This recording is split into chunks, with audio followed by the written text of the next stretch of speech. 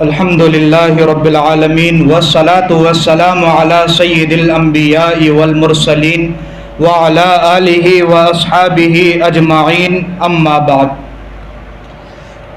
بات چل رہی تھی سورہ فاتحہ کی۔ میں نے گزشتہ کل آپ لوگوں کو یہ بتلایا تھا کہ سورہ فاتحہ کا ایک نام ہے سورۃ الشفا، اور میں نے آپ لوگوں کو یہ بھی بتلایا تھا کہ اسے شفا کیوں کہا جاتا ہے۔ اس لیے کہ اللہ تبارک و تعالیٰ نے اس صورت میں مکمل شفا نازل فرما رکھی۔ اب سورہ فاتحہ کے خصوصیت کیا ہے کہ اس کو اتنا افضل کیوں بتلایا گیا ہے، سورہ فاتحہ کو اتنا بالا اور اتنا برتر کیوں کہا گیا ہے، اس کے بارے میں آج گفتگو کرتے ہیں۔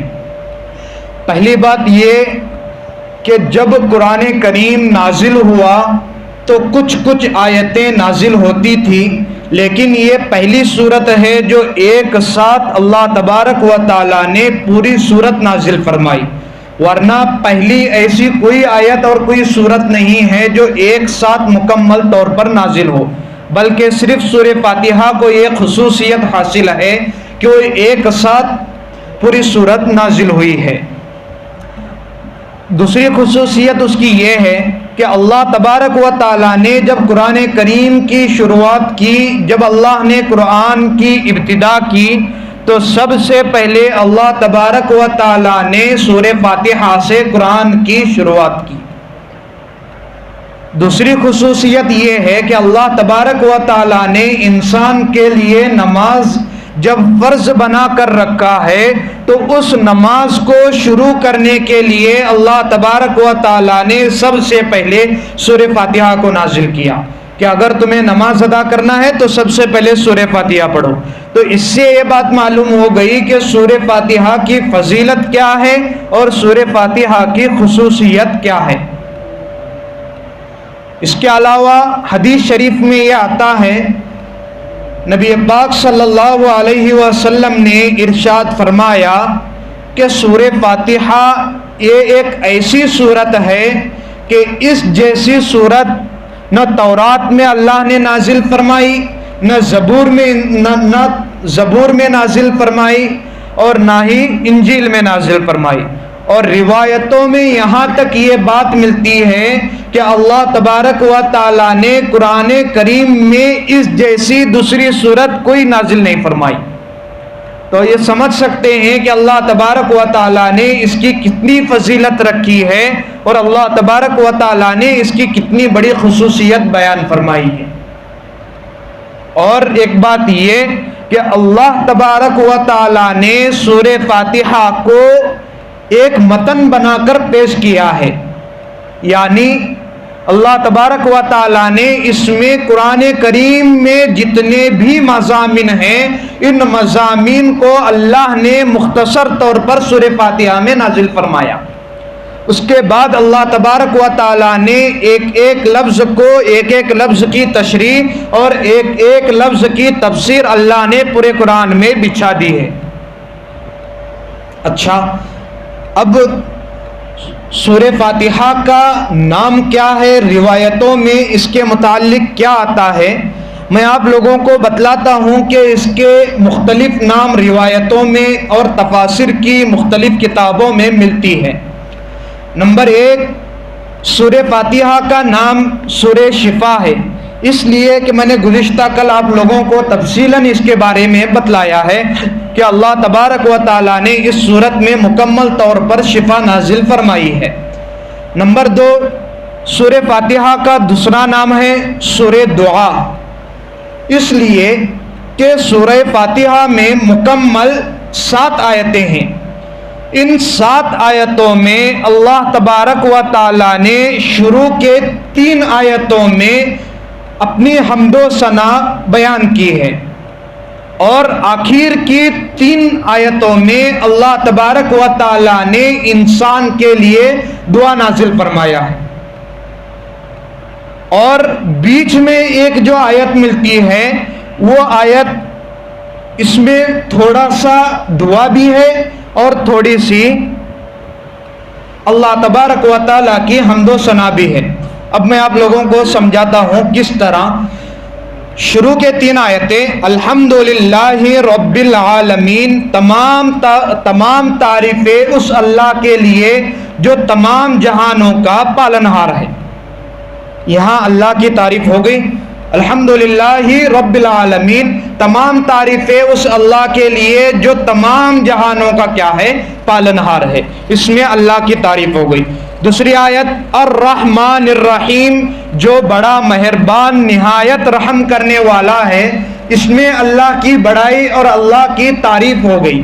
تیسری آیت ہے مالکی یوم الدین، جو قیامت کے دین کا یعنی یوم جزا کا مالک ہے۔ تو ان تینوں آیتوں میں اللہ تبارک و تعالیٰ نے اپنی حمد و ثنا بیان کی ہے، یعنی اپنی تعریف اللہ نے ان آیتوں میں بیان کی ہے۔ چوتھی آیت ہے ایاک نعبد و ایاک نستعین۔ اس آیت کو تھوڑا بعد میں بتلاتا ہوں، آخر کی 3 آیتیں پہلے سمجھ لیں گے۔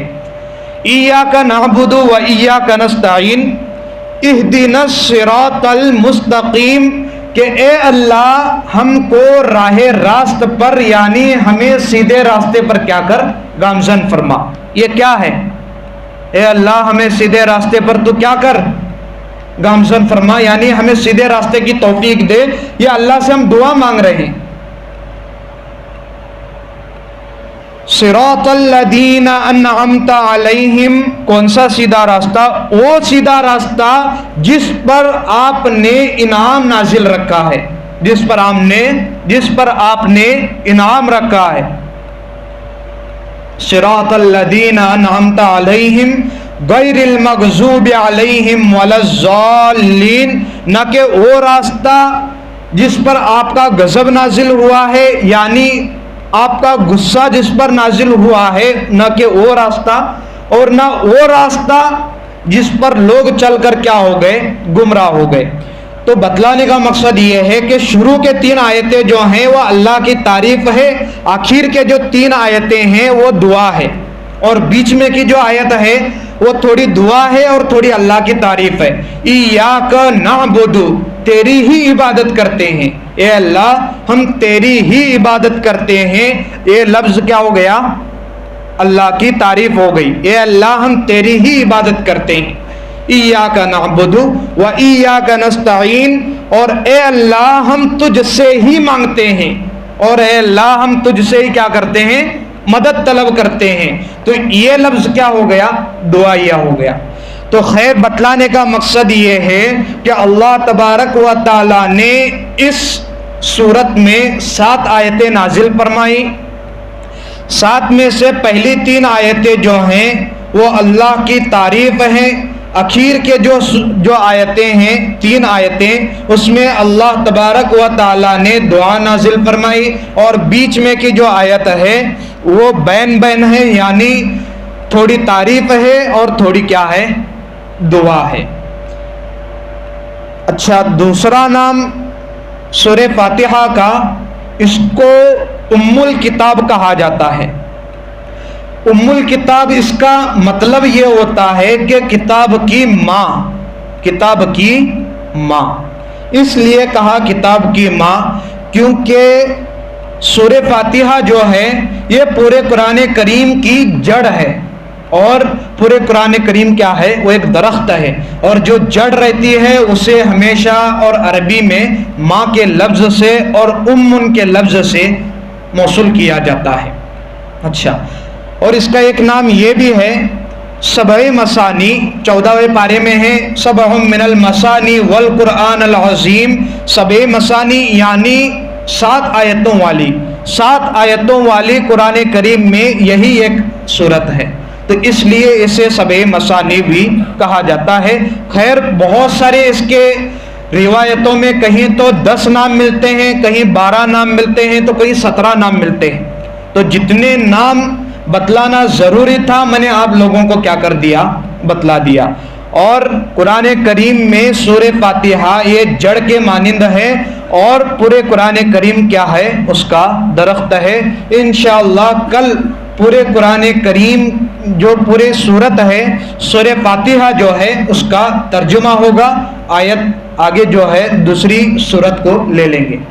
اللہ تبارک و تعالی ہم سب کو عمل کرنے کی توفیق عطا فرمائے۔